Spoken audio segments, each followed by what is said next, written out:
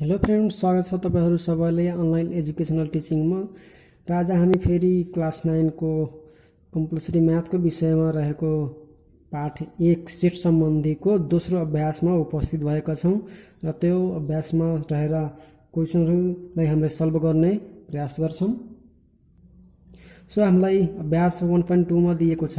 Question number 1 मा NV NW र number of only V, number of only W, number of V union W र number of V intersection W को मान पत्ता लगाऊ भनेर भनेको छ। र यो चित्र मार्फत हामीलाई यो कुराहरु पत्ता लगाउन भनेको छ।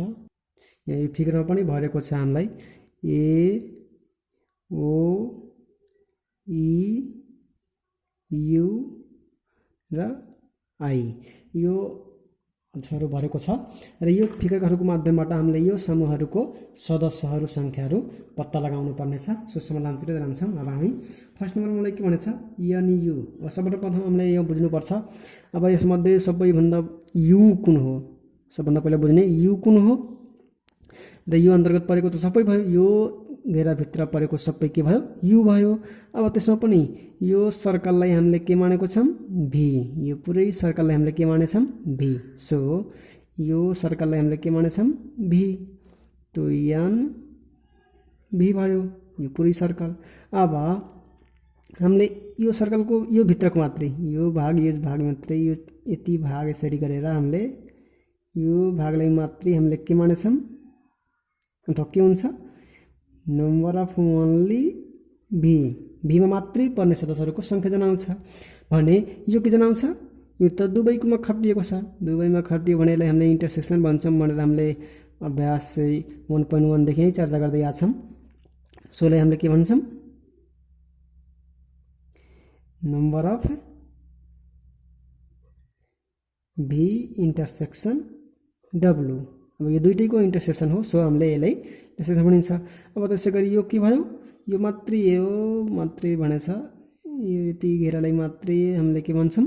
Only number of W। Only number of W। So अब यो घेरालाई के भन्छौं?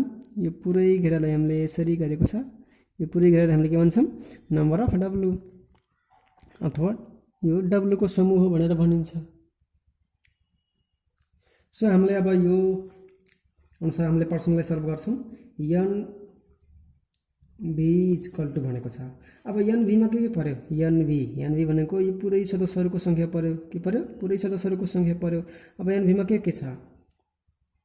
A छ, O छ, त्यसपछि E पनि पर्यो यसै अन्तर्गत। E भयो, त्यसपछि U छ, U। अब यो कतिवटा पर्यो? 4 वटा। सो NV = कति? 4। एउटा भयो। त्यसैगरी फेरि हामीलाई भनेछ NW। अब NW के छ? NW भनेको यो भयो। यो घेरा भित्र परेको सबै सदस्यहरुको संख्या भनेर बुझिन्छ। NW यहाँ हामीले लेखेछौं। NW मा के पर्यो यो घेरा भित्र? EIU।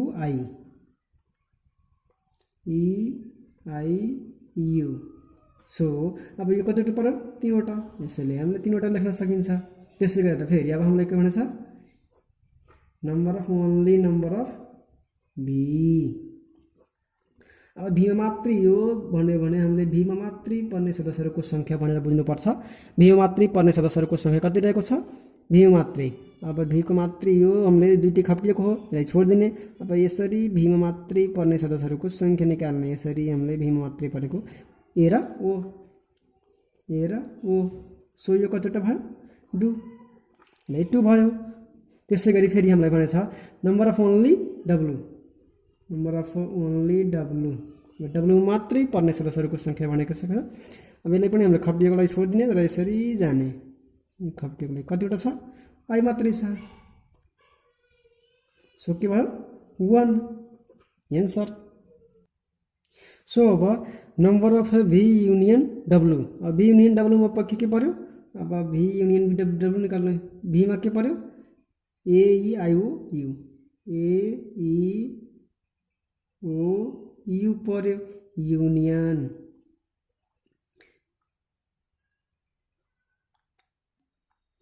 ईमा के परेछ AEIOU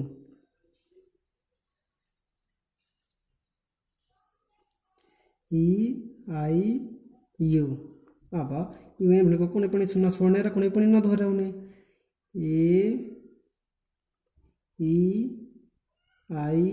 AEIOU कतिवटा भयो 5 वटा। सो यो 5 भयो।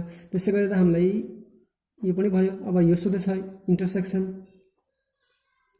V intersection W। अब दुवैमा भएको सदस्यहरूको संख्या कति छ? यो दुवैमा भएको E र U छ। सो यो के भयो 2। यसरी हामीले एन्सर निकाल्न सकिन्छ क्वेसन नम्बर 1 को। अब हामीलाई क्वेसन नम्बर 2 मा भनेको छ यदि NA बराबर 37 37 र NB इक्वल टु 50 छ भने ए सबसेट अफ B भए A इन्टरसेक्सन B को मान पत्ता लगाऊ भनेर भनेको छ। सो यो भनेको के हो भनेर बुझ्नुपर्छ। सबभन्दा पहिला मेन इम्पोर्टेन्ट भनेको कुरा दिएको छ। ए सबसेट अफ B भनेको B को उपसमूह अथवा सर्वव्यापक समूह कुन हो? A हो। त्यसैले यो A भन्दा यो B ठुलो छ। अब A मा भएको सबै सदस्यहरू केमा पर्छ? B मा पर्छ। त्यसैले त यो A भनेको सबसेट अफ B हो अथवा B को सर्वव्यापक समूह हो। त्यसैले अब हामीलाई प्रश्नले के भनेछ? A मा भएको सबै सदस्यहरू B मा पर्छ भनेको B सबैभन्दा ठुलो समूह भयो। सो B भनेको सबैभन्दा ठुलो समूह भयो। के हो? B। यो B हो। अब A मा भएको सबै सदस्यहरू B मा पर्छ भनेको यो भित्र पर्छ। यो भित्र के भयो? A। यो A भयो। अनि A मा कतिजना छन्? 47। अनि B मा कतिजना छन्? 50 जना। त 50 जनामा यो 37 जना त आइसकेछन्। बाँकी कतिजना बच्यो? 13 जना। अब हामीले यो प्रश्नमै सोधेको छ A इन्टरसेक्सन B को कम्प्लिमेन्ट यहाँ दिएको छ। हामीलाई के दिएको छ? NA equal to 37 NB equal to 50। भिन्न चित्रबाट हामीले के निकाल्न सकिन्छ? NA intersection B equal to 37। दुवैमा के छ? यो 37 त दुवैमा छ। A मा पनि पर्यो र B मा पनि पर्यो। तर यो 13 भनेको B मा मात्रै परेको छ। त्यसैले त्यसले गर्दा हामीले 37 मात्रै सकिन्छ। अब हामीलाई प्रश्न नम्बर 3 मा भनेको छ एउटा बजारको सर्वेक्षण गर्दा एउटा बजारको सर्वेक्षण गरिएको रहेछ। एउटा बजारको सर्वेक्षण गर्दा त्यसमा 143 जनाले सेतो दन्तमञ्जन र 135 जनाले रातो दन्तमञ्जन प्रयोग गरेका रहेछन् त्यस बजारबाट है। अनि यदि त्यस 70 जनाले दुवै दन्तमञ्जन प्रयोग गर्दा रहेछन् भने कम्तीमा एउटा दन्तमञ्जन प्रयोग गर्ने कम व्यक्तिहरूको संख्या पत्ता लगाउनुहोस् भनेर भनेको छ। सो हामीले यहाँ प्रश्न अनुसार मान्छौँ। यहाँ प्रश्न अनुसार हामीलाई के भनेको छ? सेतो र रातो मानौ सेतो। हामीले यहाँ दुईटा मान्यौँ। सेतो दन्तमञ्जनलाई हामीले W मानेछौँ र रातो दन्तमञ्जन मान्नेहरूको संख्यालाई हामीले R मानेछौँ। त्यही भएर यसलाई W लेख्ने अनि यसलाई R लेख्ने। अब W मा पर्ने संख्याहरूलाई हामीले यहाँ प्रश्नमा दिएको छ। W भनेको हामीले के मानेछौँ? सेतो व्हाइट। त्यसैले W मा कति छ? NW इक्वल टु 143 है 143। त्यसै गरी R बराबर कति दिएछ हामीलाई? यसलाई रातोलाई हामीले R मानेछौँ 135 135 दिएछ। अनि दुईटैको पनि दिएछ। सो यसलाई दुईटैले हामीले के भन्छौँ? Intersection. So W intersection R equal to कति दिएछ? 70 दिएछ। अब यही चित्रलाई हामीले यसैमा राखिदिने, चित्रमा यो डाटाहरूलाई राखिदिने। सो NW बराबर कति दिएछ? 143। अब दुईटैको कम इन्टरसेक्सन कति दिएछ? 70। अब R मा कति दिएछ? 135। अब यो राखिदिने। अब यसको मात्रै हामीले निकाल्न भनेको छ है। यो रेखा भन्दा यो ओन्ली यसलाई हामीले के भन्छौँ? ओन्ली W भन्छौँ र यसले हामीले के भन्छौँ? ओन्ली R पनि भन्न सकिन्छ। र यो के हो? दुईटैको इन्टरसेक्सन। सो यसलाई हामीले number of W intersection R भन्न सकिन्छ। सो अब हामीलाई यति मात्रै निकाल्न भनेको छ, यो रेखाको यसरी यसरी बाहिरको मात्रै निकाल्न भनेको छ र यो आरको पनि आरमा मात्रै पर्ने विद्यार्थीहरूको सङ्ख्या निकाल्न भनेको छ। सो हामीलाई यो घटाउँछौँ भने आउँछ -70, यसमा पनि -70 गर्दै इन्टरसेक्सन घटाइदिने। अब हामीले यो घटाइदिने ओन्ली नम्बर अफ डब्लु पर्ने यो व्हाइटमा पर्ने सङ्ख्या यदि दिएछ 143 - 70। सो 143 - 70 गर्ने कति हुन्छ? अब यसबाट घटाउँदा 73 बाँकी बच्यो। यो के हो? Only number of W. यस्तै गरेर हामीले यसको पनि निकाल्ने ओन्ली नम्बर अफ आर को बराबर 135 - 70। 135 - 70 गर्दाखेरि घटाउने अब यसबाट कति हुन्छ? 65। सो हामीलाई एउटा मात्रै मन पराउने विद्यार्थीहरूको सङ्ख्या पत्ता लगाउन भनेको थियो, कम्तीमा एउटा जात मानदण्ड प्रयोग गर्ने विद्यार्थीहरूको सङ्ख्या पत्ता लगाउन भनेको छ। सो एउटा हामीले यहाँ आयो, एउटा यहाँ आयो।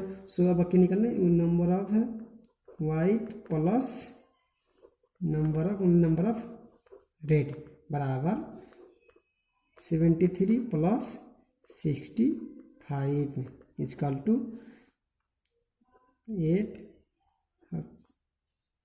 138 एन्सर। सो पक्कै पनि यो सोल्युसनलाई तपाईँले बुझ्नुभयो होला भनेर आशा लिएको छु। र अब हामी क्वेसन नम्बर 4 देखि हाम्रो दोस्रो पार्टमा लिएर उपस्थित नै हुनेछौँ।